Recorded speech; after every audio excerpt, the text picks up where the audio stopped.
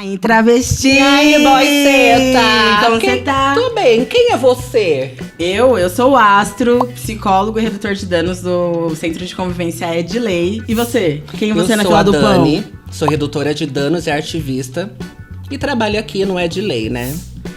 E hoje a gente vai começar o nosso primeiro episódio do nosso podcast Bolando com Cuidado. Esse podcast, o Bolando com Cuidado, faz parte do projeto Pega a Visão, ações de redução de danos no contexto de prevenção combinada. Nesse projeto, a gente vai abordar diversas formas de práticas de redução de danos e prevenção de STs, inclusive dar dicas de como você pode reduzir danos em contextos de uso, inclusive como usar a PrEP e a PEP, né? Bora se cuidar, bicha? Bora!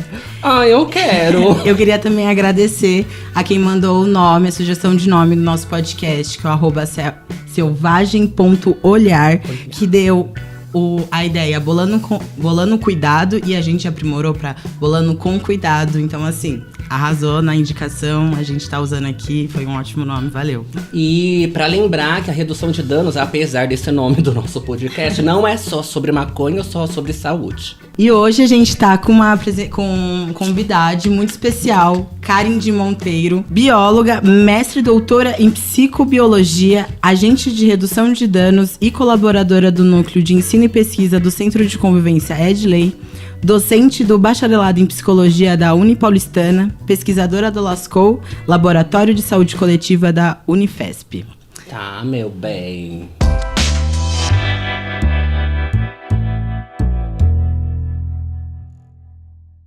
Hello, Oi. dear.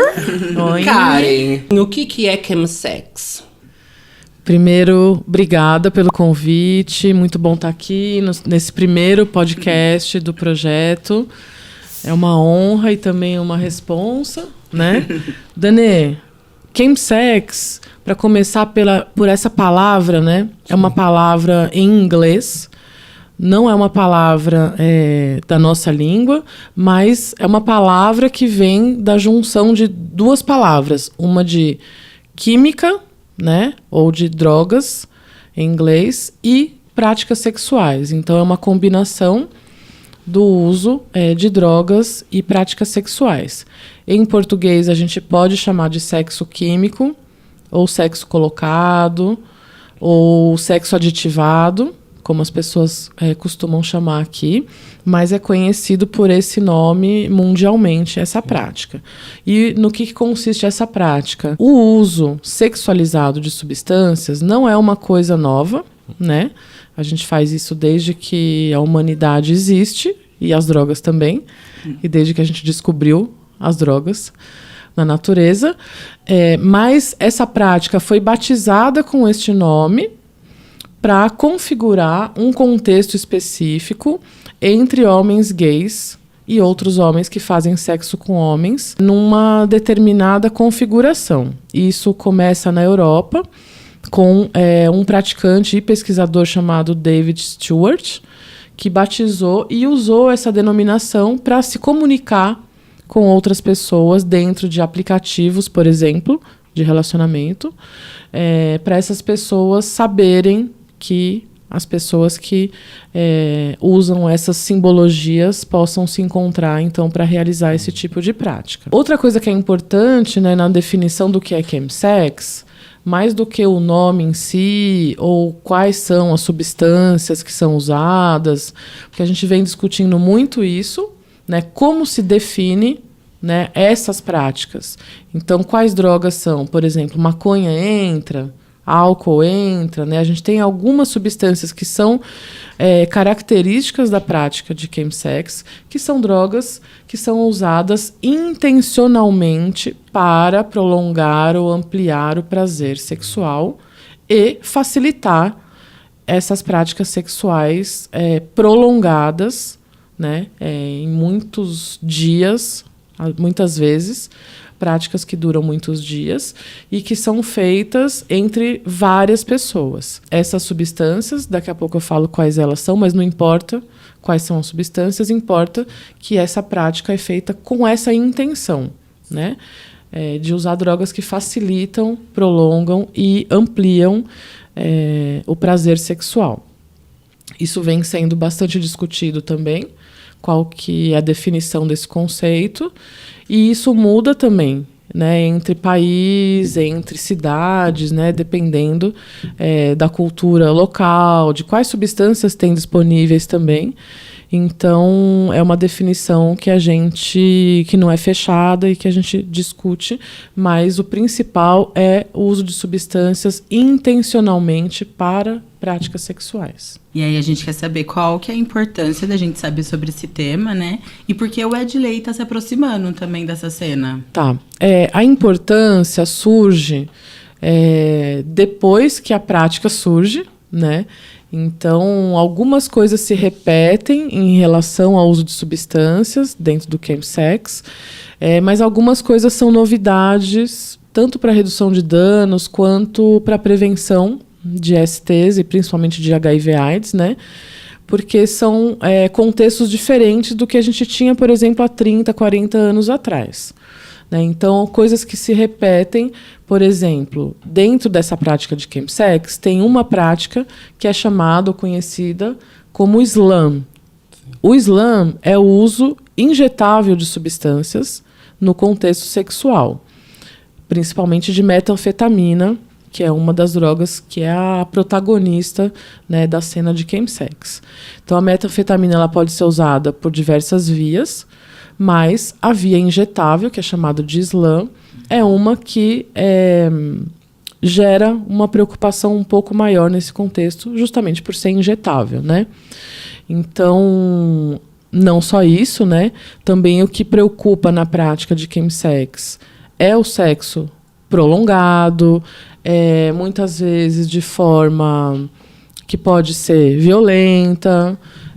Também tem relatos ou, né, a possibilidade de acontecerem violências sexuais nesse contexto, né, de práticas sem consentimento e possíveis danos físicos, né, por serem práticas de sexo anal insertivo, né, pode gerar e com frequência geram danos que podem aumentar a vulnerabilidade ou risco para infecções, né, sexualmente transmissíveis e o HIV dentre essas infecções. Então, a gente tem várias questões, né, que preocupam na prática de chemsex.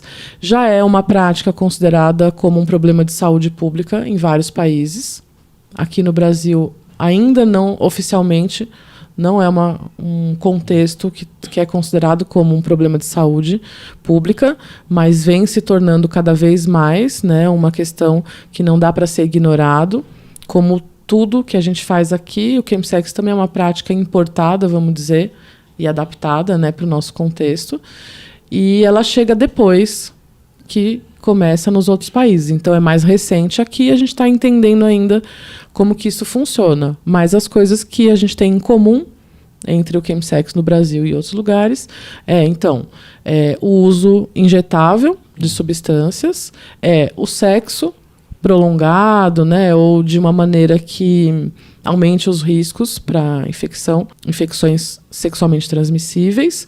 Outra questão que é pouco falada até é a questão de saúde mental, que a gente vê nessas pessoas, ou que chegam nas cenas já com alguma questão de saúde mental, por todo o contexto, né, de serem pessoas gays, principalmente. Então, tem uma questão de gênero e de sexualidade que vem de base, e isso é uma coisa que faz com que essas pessoas procurem o chemsex para conseguir, muitas vezes, realizar, né, se relacionar ou conseguir fazer sexo a partir de um lugar de muita opressão. Então acaba sendo uma válvula de escape. Exatamente. Muitos, né, praticantes relatam que buscam a prática de chemsex para conseguir desenvolver a sua sexualidade ou até iniciar a sua vida sexual a partir desse contexto, e relatam que é uma experiência maravilhosa,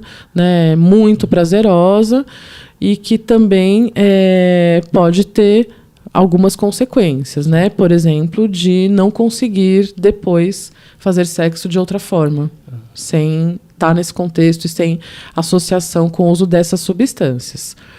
É claro que, como qualquer uso de qualquer substância, né, não é todo mundo que desenvolve problemas, né, relacionados a esse uso. Então é importante sempre a gente pontuar isso, né? Muitas pessoas fazem chemsex ou já experimentaram, ou eventualmente vão em alguma festinha que rola esse tipo de prática, mas não é todo mundo que tem alguma consequência negativa em relação a isso. Então, as políticas públicas, os projetos, os grupos, todas as iniciativas que são desenvolvidas para lidar com esse assunto, geralmente partem da demanda das pessoas que desenvolvem alguma dificuldade, né, ou alguma questão em consequência da prática de chemsex. Então, por exemplo, sim, passa pela dependência. Por exemplo, no caso do uso da metanfetamina, não só injetável, mas fumada também. A gente sabe que a metanfetamina é uma substância que tem um poder, né, de causar dependência maior do que outras substâncias.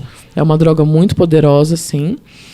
Também tem um poder reforçador muito grande, né, de dar prazer. Então, algumas pessoas, sim, desenvolvem essa dependência da substância. Muitas pessoas relatam também que procuram o chemsex por conta do isolamento social ou para conseguir se relacionar, né, ou para conseguir desenvolver sua sexualidade na busca de um contexto acolhedor, né, ou de afeto, e não é isso que se encontra, né, na prática, e essas pessoas acabam voltando para esse lugar de solidão e de desamparo, de rejeição, porque também tem uma questão estética, né, e dos corpos, né, que são mais padrões. Então, os gays que fogem desse padrão, né, estético, essas pessoas também encontram essas dificuldades, tanto de serem aceitas nesse contexto, quanto de encontrarem afeto, muitas vezes, né? Então, isso é uma coisa muito preocupante, né, de como que a gente consegue ajudar ou oferecer ou proporcionar outras possibilidades, né, para essas pessoas que buscam ajuda, né, ou que buscam algum tipo de apoio. E a questão das ISTs, né, e do HIV/AIDS, que eu deixei até para falar por último, que é uma questão que a gente vem falando muito também, porque, né, não é só do risco de transmissão de HIV e outras ISTs, mas de como as pessoas vivendo com HIV estão nesse contexto, porque para elas também é um contexto, né, de escape ou de conseguir desenvolver a sua sexualidade. Né? É importante também considerar, né, no contexto de chemsex, as pessoas vivendo com HIV, né? Não só ficar falando sempre naquele mantra, né, da prevenção, evite, né, mas pensar nas pessoas que vivem com HIV e que também procuram muitas vezes o chemsex como uma possibilidade de se relacionar, né? Visto que as pessoas vivendo com HIV sofrem diversos estigmas e preconceitos em relação ao sexo por conta disso, né? Do seu status sorológico. E essas pessoas relatam isso, que buscam o chemsex para conseguir desenvolver a sua sexualidade. Então, são várias questões que atravessam e que preocupam, né? Porque são pessoas que são atravessadas por uma somatória, uma sobreposição de vulnerabilidades e de estigmas, né? Pela sua sexualidade, pela sorologia, muitas vezes, pela sorofobia, mesmo entre as pessoas que não vivem com HIV, né? Mas como são práticas sexuais, também tem esse estigma. Então, todas essas questões, né, são questões para a gente trabalhar. Então, da saúde mental, não só da dependência de substância, né, mas da saúde mental como um todo, da sexualidade. Como a gente tem, nos últimos anos, a gente teve um desenvolvimento muito importante das estratégias de prevenção, principalmente dos tratamentos antirretrovirais, e principalmente a PrEP, né? E as pessoas vivendo com HIV conquistaram algumas coisas no tratamento, como, né, o indetectável igual a 0 transmissão. Isso também proporcionou uma libertação, ou uma liberação, vamos dizer assim, para que as pessoas pudessem viver a sua sexualidade, né, de forma mais plena, ou que pudesse buscar essa ampliação do prazer, né?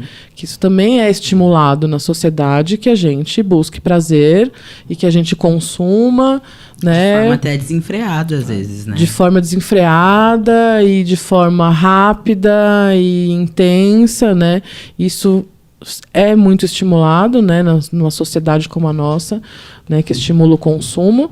Então, essas pessoas também querem e estão buscando, né, esse prazer, que é uma conquista pelo tratamento antirretroviral, poder proteger as pessoas, né, ou impedir a transmissão do HIV, né?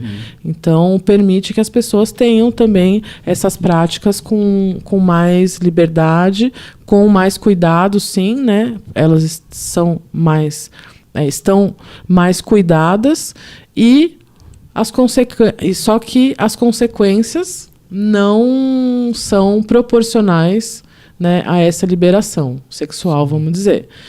Isso é uma reflexão minha, que eu tenho feito, né, e com algumas outras pessoas que estão na cena, né, de que isso é muito estimulado, mas aí quando você vai, só que aí, né, você sofre as consequências do estigma que está associado a tudo isso, que é muito incoerente, né? Essas coisas são muito incoerentes, né?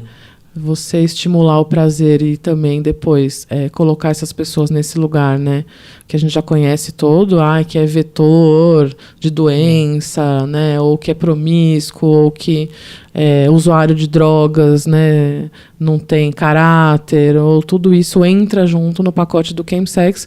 Então isso também precisa ser trabalhado. Isso também é uma preocupação que não é só com a parte biomédica do cuidado de todas essas questões, mas também da parte cultural e social. Quem são as pessoas que estão na cena do chemsex? Você já falou que tem um público que geralmente são de gays e homens que fazem sexo com outros homens. Mas você pode especificar pra gente? Essa pergunta é muito importante, Danê, porque essa cena foi caracterizada, foi batizada pelos homens gays, né, e outros homens que fazem sexo com homens. E muito se discute se não existem outras identidades de gênero, por exemplo, na cena, e qual é o formato desse sexo químico entre outras pessoas ou com outras pessoas participando, né? Como essas práticas são principalmente de sexo anal, né? Então isso parece, e de fato é um critério, que as pessoas tenham pênis, né? Então a gente vê que pessoas com vagina não são bem-vindas na cena, né? Porque não tem, né, a princípio, essa possibilidade de fazer esse sexo de forma insertiva. Porém, as pessoas podem, dentro de um contexto de trabalho sexual, desenvolver, sim, essas práticas, né? A gente sabe, com o uso de acessórios, de brinquedos e uma série de coisas, é possível, né, realizar uma prática de sexo anal sem a pessoa ter um pênis. Então... Dá pra comprar, né? Dá pra comprar. Você dá pra coloca comprar. E você tira. E pode falar pau? O chemsex se resume a pau e cu, entendeu? Então, inclusive um brinquedo ou, né, um acessório, ele não brocha, né? Porque legal. É uma questão também, isso. Quando a pessoa está na cena e ela não dá conta mais de ser ativa, ela é excluída da cena, né? As pessoas não chamam mais ou não demandam mais das pessoas que não têm aquele desempenho, aquela virilidade e aquela atividade. Entendi. Então pode até ser que existam outras práticas de sexo químico, porém o chemsex ele vai falar sempre desse público que você especificou, que é homem que faz sexo com outro homem, é isso? Isso. Mas a gente vê então, né, algumas outras possibilidades e relatos de outras identidades de gênero ou outras sexualidades na cena também podem estar presentes dependendo de como, né, de qual é a demanda e como essas pessoas podem atuar, né? Em outros países é mais comum já se falar em sexo químico com mulheres trans, travestis, né, principalmente em contexto de trabalho sexual, e que é um pouco discutível também, né, porque um contexto de trabalho sexual não é o mesmo contexto que uma cena de sexo grupal em que não envolve trabalho sexual. Que né? tá ali pelo prazer, que as pessoas estão busca, ali intencionalmente para ter prazer, para melhorar a sua sensibilidade, performance, que é diferente de você ser paga para fazer um trabalho sexual. Né? A sua motivação para usar a substância, mesmo que você faça o uso de substâncias durante o sexo pago, a motivação geralmente é diferente. Então, a gente ainda está entendendo também, né, se faz parte do chemsex ou não, outras formas de uso sexualizado de substâncias. Tem gente que acha que sim e que defende que sim. Mas, por enquanto, se a gente pensar nessa intenção do uso para ter prazer, talvez o trabalho sexual não se enquadre aí, né? Então, estamos ainda entendendo. A gente tá ligado que nos últimos tempos a mídia deu uma repercutida nesse tema, né? Sobre chemsex. E deu uma repercussão de medo, de estigmas com essas pessoas. E aí eu queria saber, né? E eu acho que o público também que está nos assistindo e nos ouvindo, como que tem sido trabalhar, né? A partir dessa repercussão e quais os principais e reais riscos que as pessoas têm diante dessa prática? Bom, Astro, eu acho que o jeito como a mídia trabalha, né, de uma forma, uma abordagem sensacionalista, geralmente, quando fala da questão das drogas, né, como a gente vê em relação a craco, como todos os contextos de uso de substâncias são abordados dessa forma, não me surpreende, né, e também não ajuda em nada, né.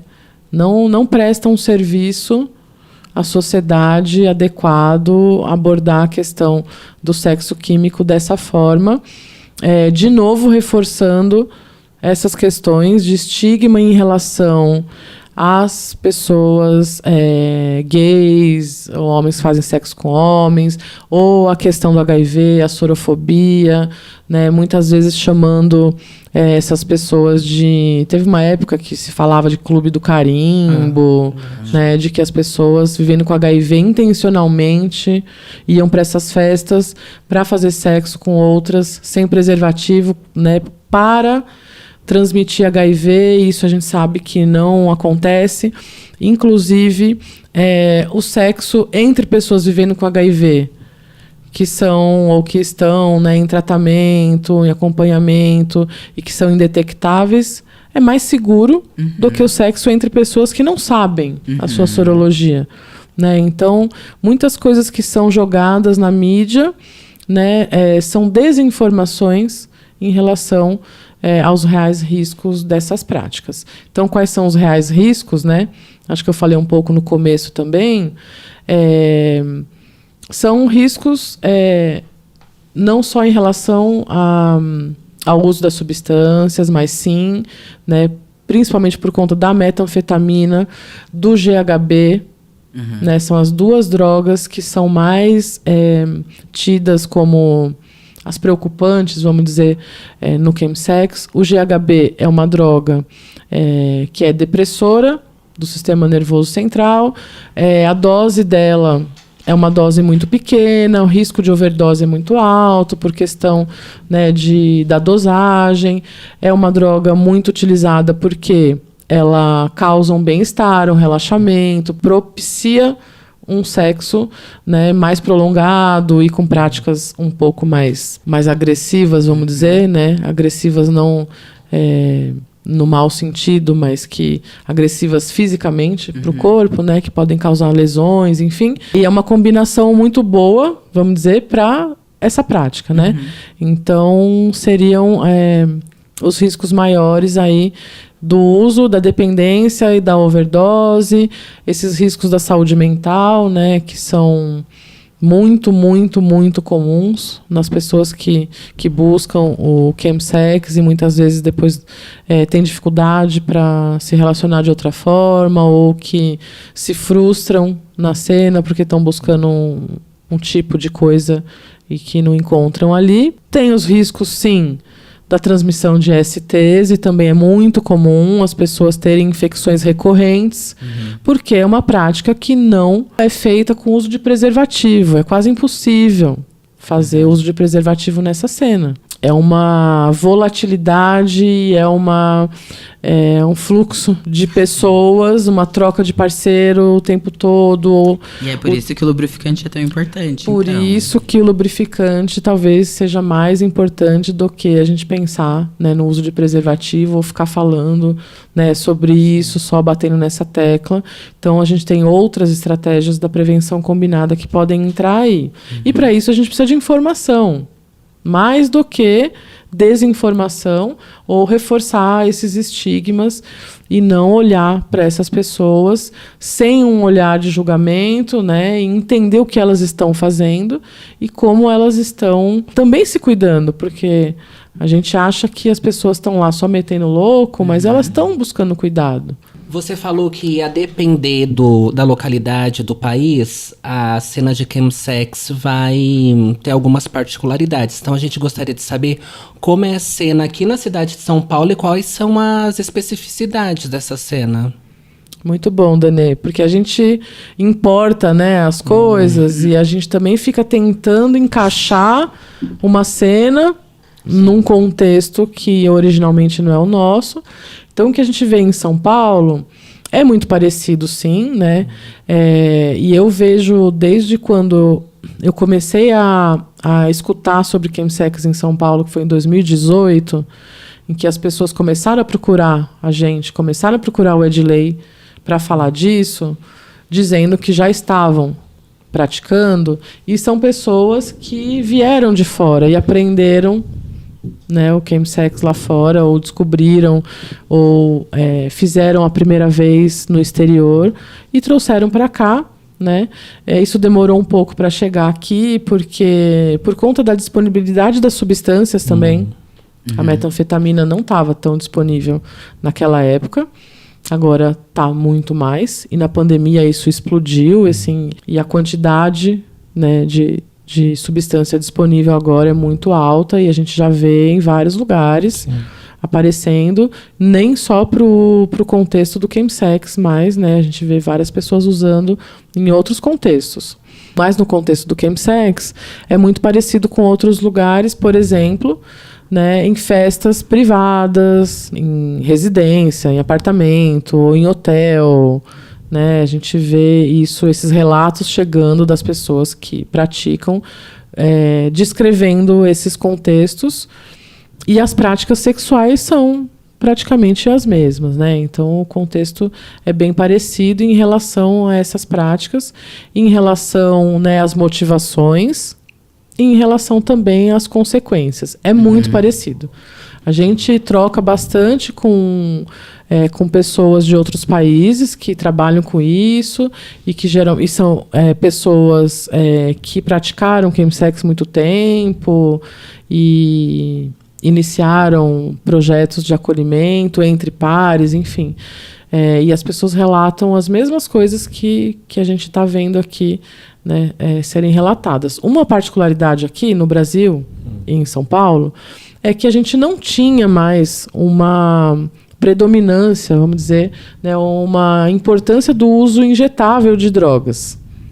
E o chemsex traz de volta essa cena. Né? E aí a gente fica para trás, porque em todos os outros países onde tem uma questão, por exemplo, do uso de opioides injetáveis, nunca se parou de ter políticas públicas voltadas para pessoas que usam drogas injetáveis. E aqui a gente não tem há muito tempo e a gente está com dificuldade, né, de lidar com essa questão, por exemplo, de oferecer troca de seringas, né? Mas as pessoas sabem da história, né? As pessoas que usam drogas e as pessoas que estão nessa cena, elas não partem do zero, elas já vêm com informações, elas já vêm, por exemplo, né, com uma garrafa PET cheia de seringa pedindo ajuda para onde descartar, né? Então as pessoas estão buscando, né, fazer isso de uma forma mais cuidadosa e mais segura, e a gente está correndo atrás para conseguir fazer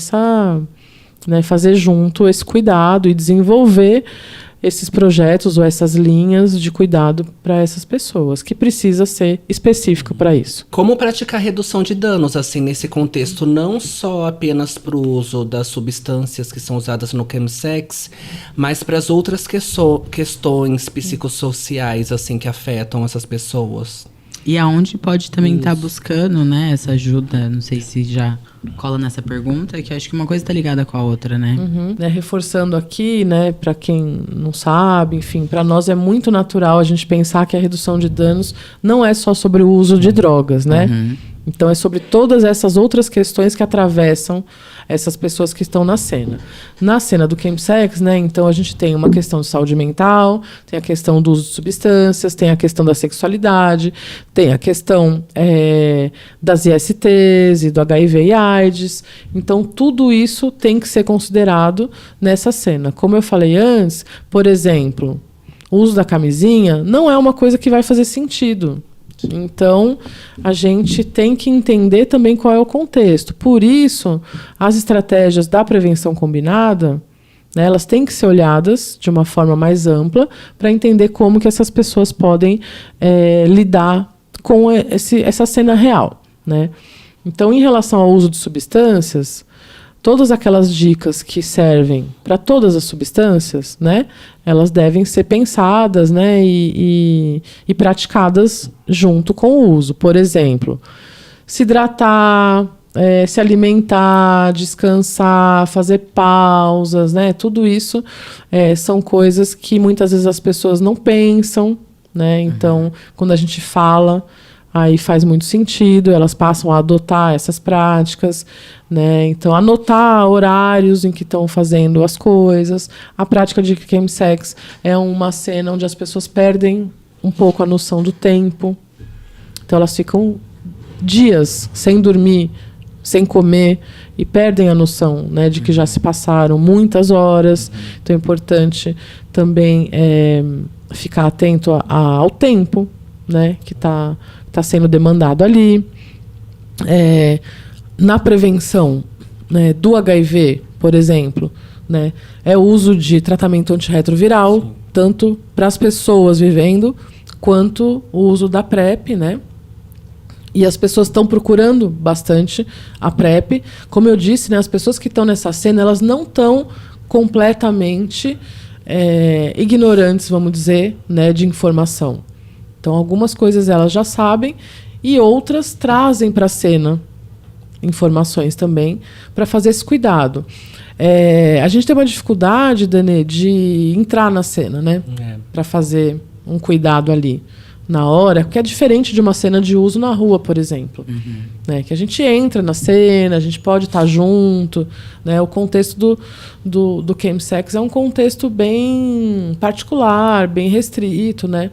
Então, é difícil a gente estar ali. Então, é importante que essas estratégias sejam pensadas e discutidas e desenvolvidas fora da cena. Né? Antes da cena ou depois, né, da prática. Então, isso é uma coisa. E que essas pessoas possam levar, então, para dentro da cena o que elas... as demandas delas trabalhadas em outro momento. Até porque é uma prática que ela geralmente tem um planejamento antes, né? De quando vai se fazer o uso, né? Então, e é muito interessante, porque tem todo um planejamento. Então, a redução de danos também pode fazer parte desse planejamento, sim, né? Todo o planejamento pode ser feito antes. Não só pensar onde eu vou...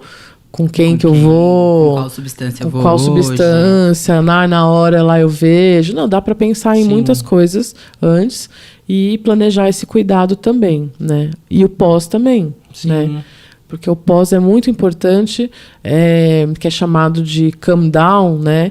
Que é essa baixa, né? Ou essa depressão, enfim, né? Essa mudança de humor, esse impacto que a pessoa sente depois do uso, né? Porque é muito estimulante, é um tempo muito grande, sem comer, sem dormir, sem fazer, né? Sem cuidar das necessidades básicas, fisiológicas do corpo. Então, a hora que acaba a prática, esse pós é muito difícil, né?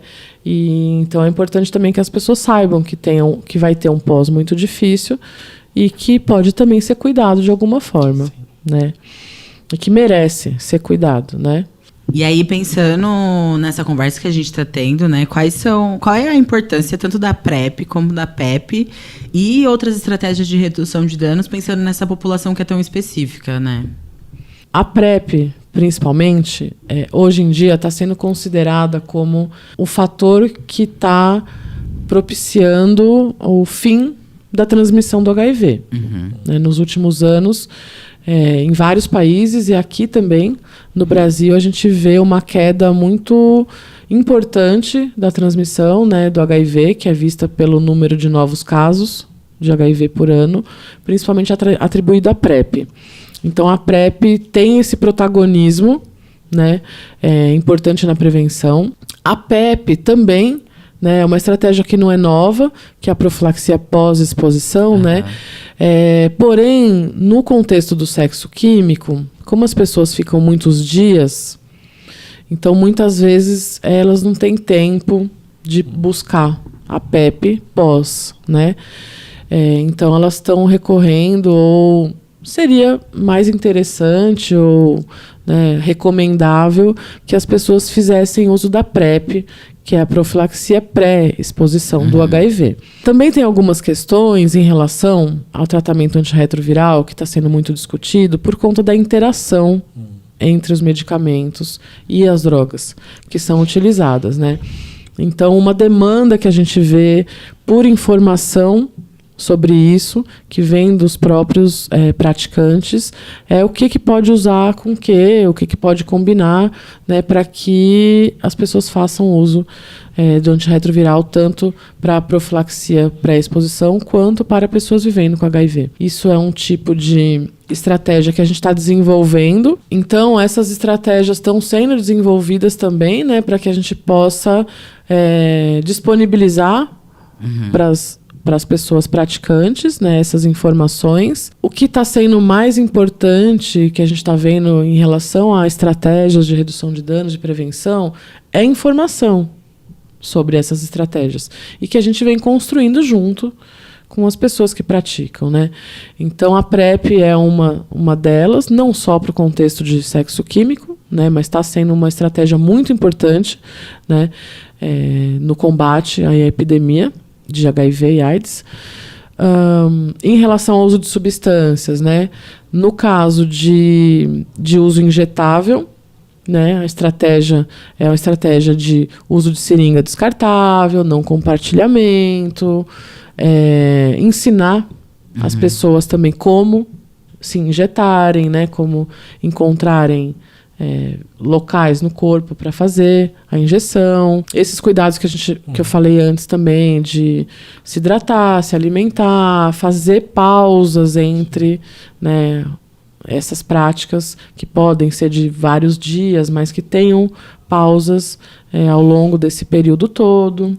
Quais as ações de redução de danos que o Edley está fazendo em relação ao chemsex? Porque o Edley já tem muita expertise com relação a outras substâncias aqui na cidade. Mas sobre o chemsex, o que o Edley está fazendo?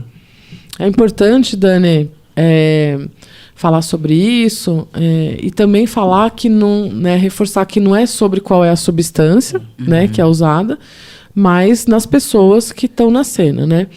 Então, a gente está fazendo várias ações diferentes, em diferentes frentes de atuação, vamos dizer.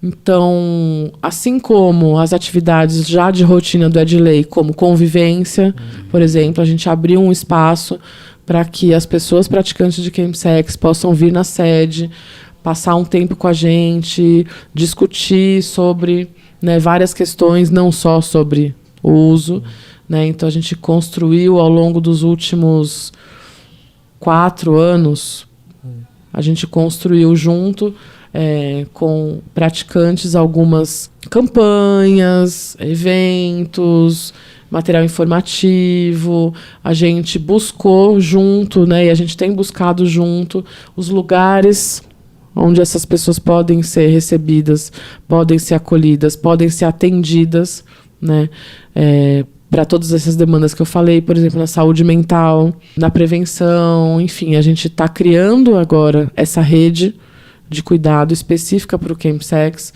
não só o Edley, claro, né, o Edley com os usuários e com atores dessa rede, né, com as gestões dessas áreas que agora estão junto com a gente, também tentando construir, né, essas frentes. Então, o Edley está fazendo essas ações de advocacy em relação, né, a essas linhas oficiais ou públicas, né, de políticas públicas voltadas para essa população.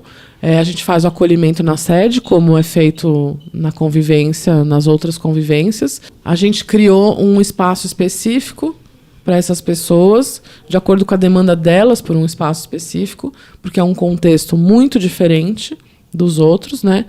Então, e elas demandam também um atendimento mais personalizado, individualizado. Em outros países também a gente está vendo as pessoas fazendo atendimento só individual, porque em grupo, às vezes, não funcionam, as pessoas não se sentem confortáveis para falar, né, sobre as suas questões. Então, a gente está construindo esse espaço também de escuta, né, e de construção junto. E a gente participa também de eventos, a gente fala sobre a nossa experiência em congressos, simpósios, aula, palestra, em diversos espaços, em espaços de saúde mental, espaço da prevenção ou da redução de danos. A gente está em vários lugares e a gente está sendo entre organizações da sociedade civil que estão lidando com a questão também do chemsex. Então, a gente tem colaborado bastante, né, com outras iniciativas, né?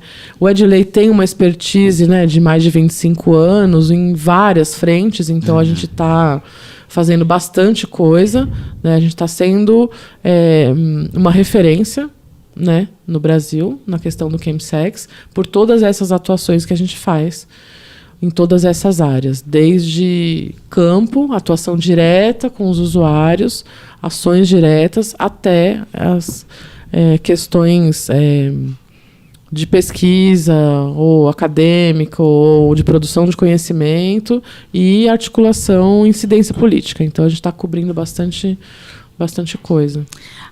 Queria aproveitar que você falou, né, sobre essa assistência até meio individual e entender onde a pessoa pode buscar ajuda, tanto na assistência, né, social, quanto na saúde, e quais equipamentos que você pode indicar, não sei, que a pessoa pode... Até livro ou vídeo, alguma indicação de aprofundamento do tema, de quem ficar interessado aí. Boa, Astro. A gente está construindo... Junto com essa rede, a gente está construindo um material informativo com todas essas referências de locais em São Paulo, por enquanto no município de São Paulo, que estão abertos ou que já estão trabalhando nessa linha específica do cuidado para praticantes de chemsex. Então, isso vai sair em breve. O CRT, que é o Centro de Referência e Treinamento IST/AIDS do Estado, né, de São Paulo, que fica na Vila Mariana. A gente tem um GT, né, que a gente desenvolve lá no CRT para discutir o chemsex. Então, tem alguns espaços lá que as pessoas podem chegar e procurar para falar sobre isso, ou para buscar insumo.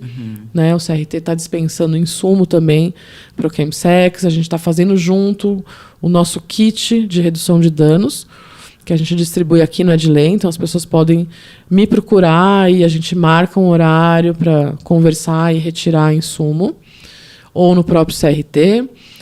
O CAPS Vila Madalena tem um grupo de um grupo terapêutico de chemsex também, semanal, né, que é muito importante, que tem algum equipamento da saúde mental que esteja fazendo esse atendimento. E lá parece que está bem interessante. Tem alguns outros espaços, por exemplo, no IPQ da USP, né, o Instituto de Psiquiatria, e mais alguns outros que eu não lembro de cabeça, mas a gente vai divulgar e depois, na hora que o podcast for ao ar, a gente coloca aí, Aguardem. Aí embaixo, aqui embaixo, ali embaixo, aqui em cima, em algum lugar, a gente coloca esse material. Expectativas. Aguarde. Aguarde. Tem em coisas breve. no forno. Tem coisas no forno já saindo.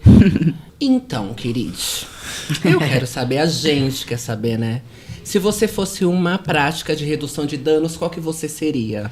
O povo quer saber, né? O povo quer todo saber. mundo quer saber o que mais está sendo comentado nas rodas de chemsex. Se eu pudesse escolher uma prática, porque a gente sabe que todas as práticas também podem causar danos dependendo da quantidade. Por exemplo, água, né? Sim. Água não é só bom. Se a gente tomar água em excesso também, a gente pode causar danos ao nosso corpo. Então, uma estratégia que eu acho que não tem limites é o lubrificante. O gel lubrificante. Acho que eu seria esse. Lubrificante. E você? O que eu seria? Seria dormir. Dormir, Nem descansar. E você, o que você faria? O que você seria? Eu acho que eu seria hidratação. Nossa! Bem molhadinho. Lubrificante é uma hidratação. A base de água. A base de água. Não serve óleo de cozinha. Não serve óleo de cozinha. Nem margarina. O guspe também é melhor deixar pra lá, né? Guspe também não serve. Né? Mesmo porque em muitas cenas a gente nem tem guspe, né? Mas se tiver hidratado A gente como astro, o que faz? pode encher a boca de lube. É um fetiche, né? Né? Gente, Acabei aí, de ó. criar. Mas e aí, você? Pegou a visão? Eu quero agradecer vocês que ficaram até aqui. Obrigado, Karim, por ter Obrigada, participado. Valeu, travesti! E é isso, gente. Comentem lá e deem suas recomendações. Deixa os vocês comentários. acham que nós temos que fazer, o que nós não temos que fazer. Se a gente quiser, a gente vai escutar vocês, sim. E me fala aqui nos comentários que prática de redução de danos você seria.